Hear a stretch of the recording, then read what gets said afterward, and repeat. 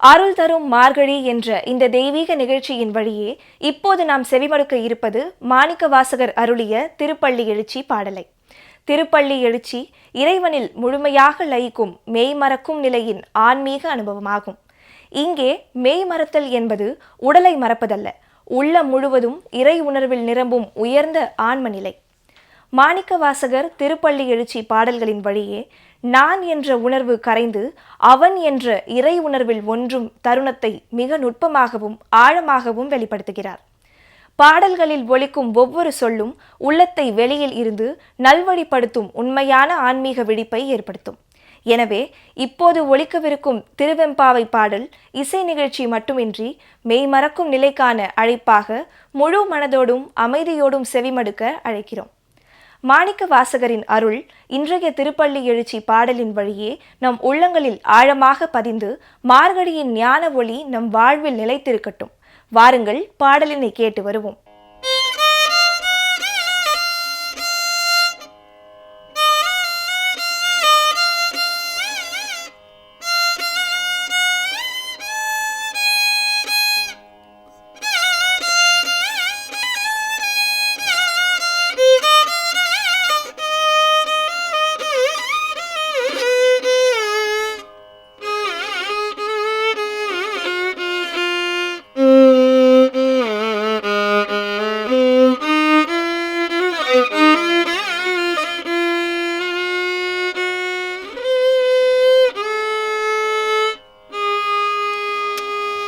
புவனியில் போய் பிறவாமையில் நாளாம் போக்குகின்றோ அவமே இந்த பூமி. புவனியில் போய் பிறவாமையில் நாளாம் போக்குகின்றோ அவமே இந்த பூமி. சிவன் உய கொள்கின்றவாரென்று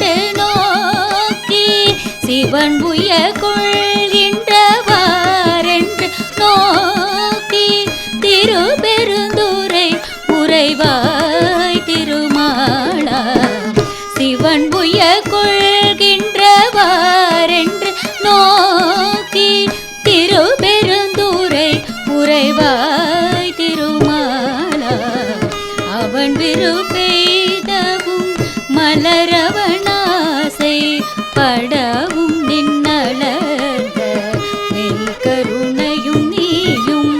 அவன் விருப்பெய்தவும் மலரவனாசை படவும் நின்னளந்த மெய்கருணையும் நீயும். அவன் வியல் புகுந்தெம்மையாட்கொள்ள வல்லாய். அவனியல் புகுந்தெம்மை ஆட்கொள்ள வல்லாய். அறமுதே பள்ளி எழுந்தருளாயே. ஆரமுதே பள்ளி எழுந்தருளாயே.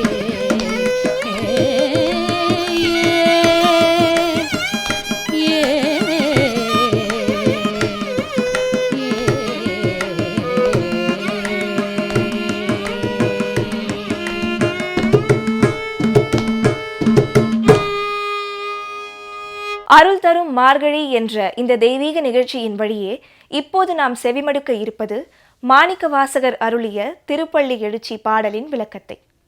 திருப்பள்ளி எழுச்சி பாடல்கள் எவ்வாறு கேட்கும் போது மனதை அமைதிப்படுத்துகின்றதோ அதனது விளக்கம் நம் உள்ளத்தை ஆழமாக தொட்டு ஆன்மாவை விழிப்பூட்டுகிறது. மாணிக்கவாசகர் இந்த பாடல்களில் மனித மனம் இறைவனை நோக்கி எவ்வாறு மென்மையாக பயணிக்க வேண்டும் என்பதை எளிய சொற்களிலும் உயர்ந்த ஆன்மீக உணர்வுகளோடும் எடுத்துரைக்கிறார். இதனை ஆன்மீக சொற்பொழிவாளர் தெளிவுபடுத்துவதோடு திருப்பள்ளி எழுச்சியின் சொல்லுக்குள் மறைந்திருக்கும் இறைவனில் லயிக்கும் நிலை பற்றி எளிய தமிழில் அழகிய மொழியில் அனைவருக்கும் புரியும் விதத்தில் தெளிவாக விளக்குகிறார். இந்த விளக்க உரை திருப்பள்ளி எழுச்சி பாடல்களை வெறும் இலக்கியமாக அல்ல, நம் வாழ்வோடு தொடர்புடைய ஒரு ஆன்மீக வழிகாட்டியாக பார்க்க செய்யும். அதோடு இன்றைய வாழ்க்கை சூழலிலும் இந்த பாடல்களின் அர்த்தம் எவ்வளவு பொருந்துகிறது என்பதையும் நமக்கு உணர்த்தும். ஆகவே திருப்பள்ளி எழுச்சி விளக்க உரையை ஒரு சாதாரண சொற்பொழிவாக எடுத்துக்கொள்ளாமல் உள்ளத்தை மென்மையாக்கும் அருள் உரையாக, சிந்தனையை தெளிவாக்கும் ஆன்மீக ஒளியாக அமைதியுடனும் பக்தியுடனும் செவிமடுக்க அழைக்கின்றோம். மாணிக்க வாசகரின் அருளும் இந்த விளக்கத்தின் வழியே நம் உள்ளங்களில் நிலைத்து மார்கழியின் ஞான ஒளி நம் வாழ்வை வழி நடத்தட்டும். வாருங்கள், நம் வாழ்வில் ஒளியேற்றும் அவ்வுரையினை கேட்டு வரலாம். வணக்கம். மாணிக்க வாசகர் அருளிய திருப்பள்ளி எழுச்சியின் நிறைவு பாடலான 10ஆம் பாடலை இன்று நாம் காணவிருக்கிறோம். புவனியில் போய் பிறவாமையின் நாள் நாம் போக்குகின்றோம் அவமே, இந்த பூமி சிவன் உய்யக் கொள்கின்ற ஆறு என்று நோக்கி திருப்பெருந்துறையுறைவாய் திருமாலாம் அவன் விருப்பு எய்தவும் மலரவன் ஆசைப்படவும் நின் அலர்ந்த மெய் கருணையும் நீயும் அவனியில் புகுந்தெமை ஆட்கொள்ள வல்லாய், ஆரமுதே பள்ளி எழுந்தருளாயே, ஆரமுதே பள்ளி எழுந்தருளாயே என்று பெருமானை உறக்கத்திலிருந்து எழுப்புகிறார் மாணிக்க வாசகப் பெருமான். ஆரமுதே, அமுதமே என்று விളിக்கிறார். பல பாடல்களில் பெருமானை அமுதே அமுதமே என்று அவர் அழைத்ததை நாம் பார்த்திருக்கிறோம். அமுதம் என்பது என்ன? ஏன் தேவர்களும் அசுரர்களும் பார்க்கடலை கடைந்தார்கள்? அமுதம் வேண்டி பார்க்கடலை கடைந்தார்கள். ஏன் அமுதத்தின் மீது அவர்கள் விருப்பம் கொண்டார்கள்? ஏன்னா அமுதம் என்பது அமரத்துவத்தை தரக்கூடியது, இறப்பில்லா நிலையை தரக்கூடியது என்பதனால் அமரர்களாக அவர்கள் திகழ வேண்டும் என்பதற்காக தேவர்களும் அசுரர்களும் அமுதத்தை பெற வேண்டும், தாம் பருக வேண்டும் என்று விரும்பினார்கள். மானிடர்களான நாம் என்ன விரும்புகிறோம்? சிவபெருமானுடைய அடியார்களான பக்தர்களான நாம் என்ன விரும்புகிறோம்? பிறவி எனும் இந்த துன்பக் கடலிலே நாம் விழக்கூடாது என்று விரும்புவோம். அப்படியே ஒருவேளை விழுந்தாலும் பெருமானை பற்ற வேண்டும், அவன் பக்தியிலே திளைத்து அவனை நோக்கிய பயணத்தை நாம் மேற்கொள்ள வேண்டும் என்றுதான் நாம் கேட்க வேண்டும். அப்படித்தான் நம்ம முன்னோர்கள் நமக்கு வழிகாட்டுகிறார்கள். காரைக்கால் அம்மையார் அருமையாக சொல்வார், அம்மையே உனக்கு என்ன வேண்டும் என்று சிவபெருமான் கேட்கும் பொழுது காரைக்கால் அம்மையார் சொல்வார், இரவாத இன்ப அன்பு வேண்டிப்பின் வேண்டுகின்றார் பிறவாமை வேண்டும், மீண்டும் பிறப்புண்டேல் உன்னை என்றும் மறவாமை வேண்டும், அரவா நீ ஆடும்போதுன் அடியின் கீழ் இருக்கவென்றார் என்று பெரிய புராணத்திலே சேக்கிழார் நமக்கு அதை அழகாகச் சொல்வார். அன்பு எப்பவும் இரவாத அன்பு வேண்டும். அன்பே சிவம் இல்லையா? எப்பொழுதும் அன்பு நிறை உள்ளம் வேண்டும். அது இருந்தாலே எல்லாமே கிடைத்துவிடும். உன் பிறவாமை வேண்டும். இந்த பிறவி எனும் கடலிலே நான் வீழக்கூடாது. நான் ஒருவேளை எனக்கு பிறப்பு அமைந்தது என்று சொன்னால் உன்னை மறவாமை வேண்டும். அரவா, உன்னை மறவாமல் உன்னையே நான் துதிக்க வேண்டும். அத்தோடு இல்லை, நீ ஆடும் பொழுது பாடியபடி உன் அடியின் கீழ் இருக்க வேண்டும் என்று காரைக்கால் அம்மையார் கேட்டார். அப்படி அமுதே அமுதே அமுதே என்று மாணிக்க வாசகர் விளிக்கும் பொழுது எங்களுக்கு இந்த பிறவிக் கடலிலிருந்து நாங்கள் மீள்வதற்கான வழியை காட்டுவாயாக. ஒருவேளை நாங்கள் இந்த பிறவியிலே வந்து அகப்பட்டாலும் உன்னை மறவாமல் உன்னையே துதிக்கும், உன்னையே பற்றும், உனக்கே அடிமை செய்யும் அந்த பேற்றினை எங்களுக்கு வழங்குவாயாக எனும் குறிப்பை உணர்த்துமாறு அமுதே அமுதே என்று மீண்டும் மீண்டும் மாணிக்க வாசகப் பெருமான் பல இடங்களிலும் சொல்வதை நாம் காண்கிறோம். இந்த பாடலிலே ரொம்ப அழகான ஒரு கருத்தினை மாணிக்க வாசகர் பதிவு செய்கிறார். திருமாலும் நான்முகனும் என்ன நினைக்கிறாங்களாம், அச்சச்சோ கீழே பூலோகத்திலே பிறவி எடுத்து சிவபெருமானை வழிபடும் அடியார்களை அவன் ஆட்கொள்வான், அவர்களை கடையேற்றுவான், ஈடேற்றுவான்.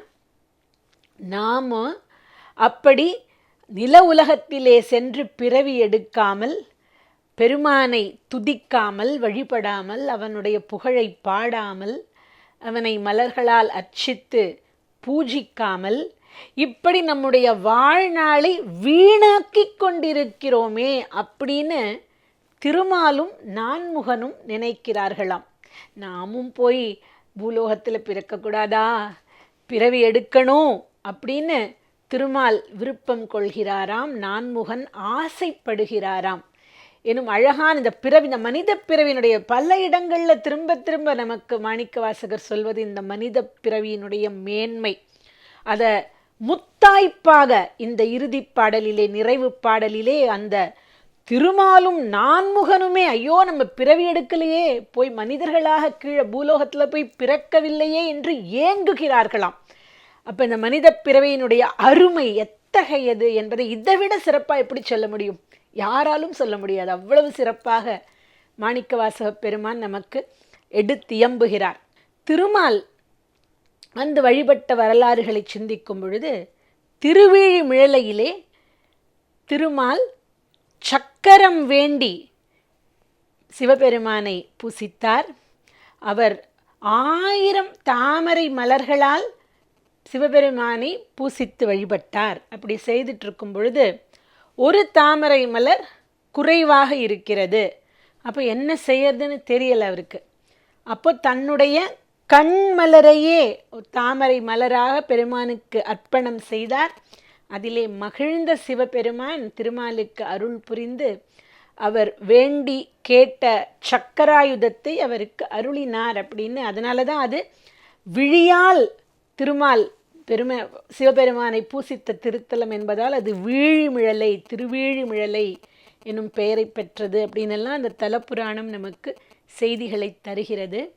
இப்படி பிரம்மனும் திருமாலும் பூலோகத்திலே பல திருத்தலங்களிலே பல்வேறு காரணங்களுக்காக அவர்கள் சிவபெருமானை வழிபட்ட வரலாறுகளை எல்லாம் அந்தந்த கோயில் தல புராணங்கள் மூலமாக நாம் அறிகிறோம். என்றாலும் மனித பிறவி எடுத்து மனிதர்களைப் போல நிரந்தரமாக இந்த பூலோகத்திலே வந்து வாழ்ந்து அந்த பெருமானை தினமும் வீட்டிலேயும் பூசித்து கோயில்களுக்கும் சென்று அவனை வழிபட்டு அவனுடைய பக்தியிலே திளைத்து அவனுடைய பேரருளினால் ஈடேற்றம் அடையக்கூடிய வாய்ப்பு நமக்கு வாய்க்கவில்லையே என்று திருமாலும் நான்முகனும் ஏங்குகிறார்கள் எனும் அழகிய கருத்தினை, உயர்ந்த கருத்தினை நம்ம புத்திக்கு நல்ல ஏற்ற மாதிரி சொல்றாரு.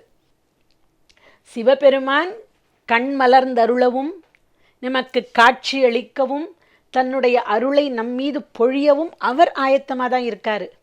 நாம் ஆயத்தமாக இருக்கிறோமா?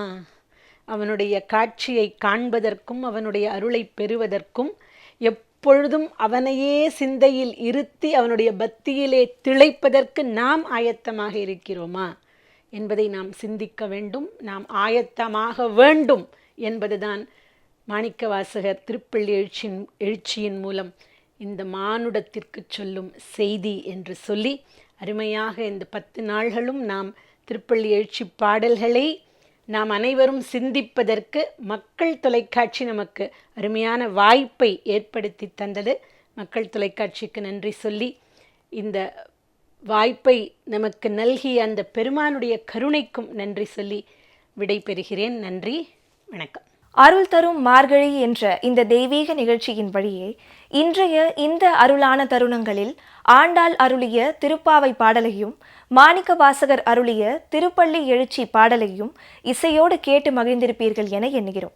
அதோடு இந்த புனித பாடல்களின் ஆழ்ந்த பொருளினை ஆன்மீக சொற்பொழிவாளர்களின் எளிய தமிழிலும் தெளிவான விளக்கங்களிலும் உணர்ந்து கொள்ளும் அரிய வாய்ப்பையும் பெற்றிருப்பீர்கள் என எண்ணுகிறோம். பாடல்களின் இனிமை மனதை நெகிழ வைத்தது என்றால் விளக்க உரைகளின் தெளிவு சிந்தனையை செம்மைப்படுத்தியது எனலாம். இன்றைய தெய்வீக நிகழ்ச்சியை அன்புடன் கேட்டும் உணர்ந்தும் பயனடைந்தும் இணைந்த அனைவருக்கும் நன்றியுடன் அருள் தரும் மார்கழி என்ற இந்த நிகழ்ச்சியை இறைவன் அருளோடு இன்று நிறைவு செய்கிறோம். மீண்டும் அடுத்த பாசுரம் மற்றும் பதிகத்தோடு சந்திக்கிறேன். நன்றி, வணக்கம்.